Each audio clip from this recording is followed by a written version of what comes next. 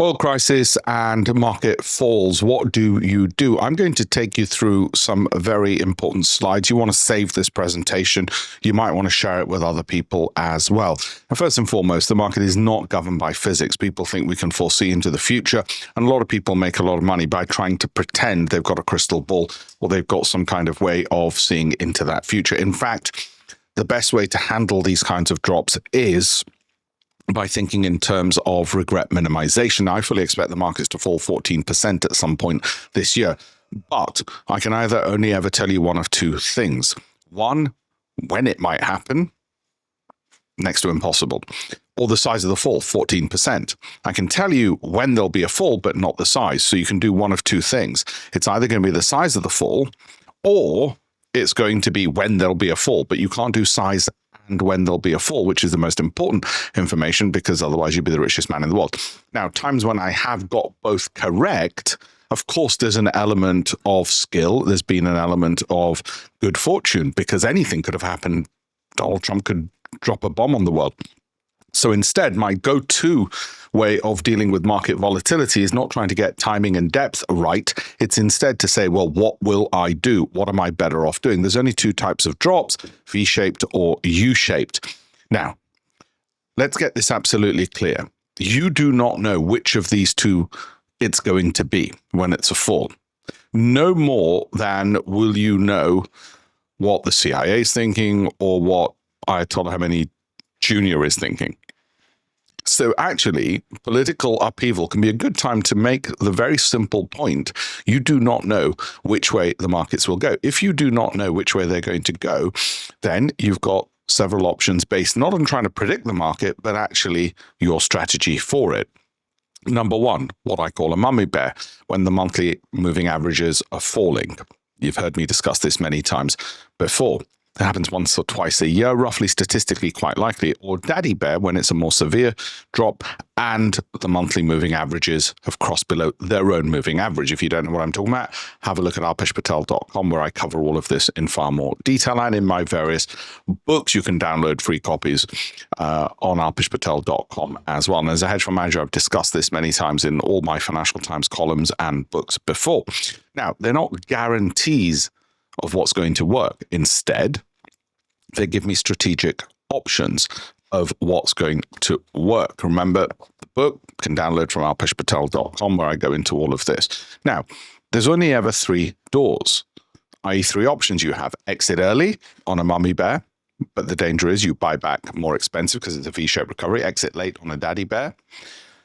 Okay, the benefit is the markets might fall further and you buy back cheaper, or the danger is you get a V-shaped recovery, same with door one, and you lose out. Door three, do nothing, easiest, and you don't end up having pilot error or messing things up. Putting it into graphics, it looks like this. Okay, like I said, save this video.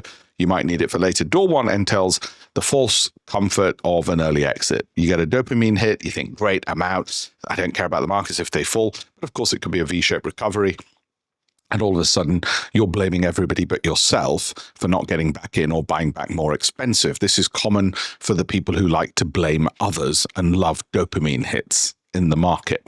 Okay? Then you've got door two. This is where you exit on a daddy bear. Again, fine. 2022 was a great time when we did this, and we were perfectly fine doing it. The outcome is, if it's a V-shaped recovery, again, you buy back more expensive.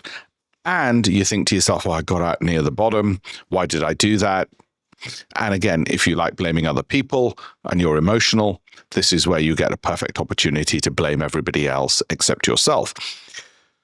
The fatal flaw of market timing on either of these, and I have no problems doing mummy bear as long as you know that is what you're doing and the pros and cons, and you can live with it, or daddy bear, and I've used exits for both, or buying and holding.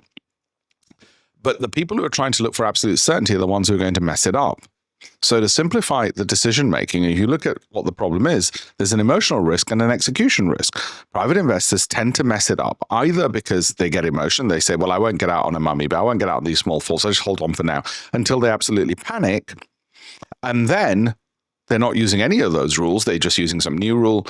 and then they don't get back in again until it's way too late. That's the execution risk. They're not following any of a given strategy, or they start off with one and then switch and flip and flop. And in the end, they're just investing on pure emotion. Okay, that is the biggest problem. The other thing is they think at the opposite end, oh, I'm going to trade this in and out. I'll get out money. I'll get back in. In fact, you've got to decide what lane are you in with the money that you're using. If you're investing, then you're more likely to be buying and holding, possibly a daddy bear exit. If you're trading, you're more likely to be doing a mummy bear and getting in and out more frequently on those moving averages. Those monthly MACD moving averages is probably the simplest way I can explain anything. Let's give an example with Microsoft. If we look at Microsoft, it's recently dropped 27%. Now, if we got out at the mummy bear, which I said to people, they're more than welcome to do. Most people said, no, I think I'll just wait. Then it went into a daddy bear and dropped even more significantly. Again, if you chose not to get out then you know you're buying and holding. The great advantage of buying and holding is you could always buy more Microsoft now, given its 27% drop. So how do you know when to buy more of a company? Well, it has to be a quality company. Everything I'm teaching you is based upon them being quality stocks. So there are the additional advantages still being in a daddy bear that you can nevertheless buy dips in good quality companies. Now, misplacing your anger that I'm annoyed at the portfolio or I'm annoyed at somebody not telling me what the future holds is foolish, because we know throughout history that the politicians don't know what's going to happen. In fact, they'll mess it up for you. If you're going to blame the politicians, why doesn't the stock market keep going up? They're the people to blame.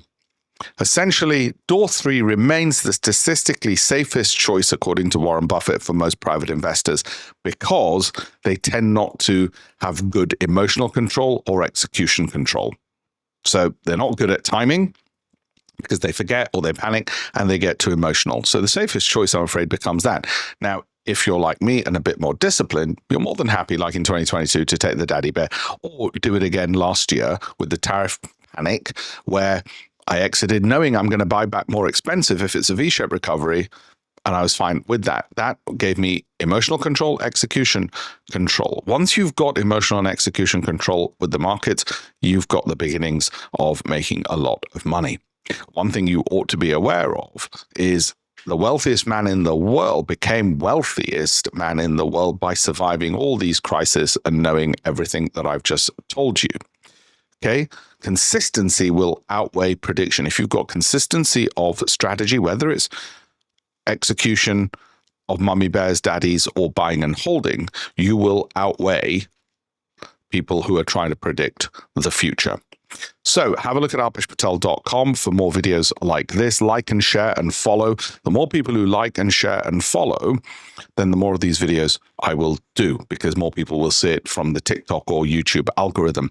The other favor I want you all to do me is have a look at alpeshpatel.com. There is a ton of free tools and resources. There's also a free educational pension review, and you can download a free copy of one of my 18 books on investing. And this is one where we had a whole load of trades from the hedge fund industry we've shown people and put out there. That's not free to download. The other one is, and others besides. Okay, we've got free courses, free videos, ton of free stuff. So do have a look at all of that. Thank you very much.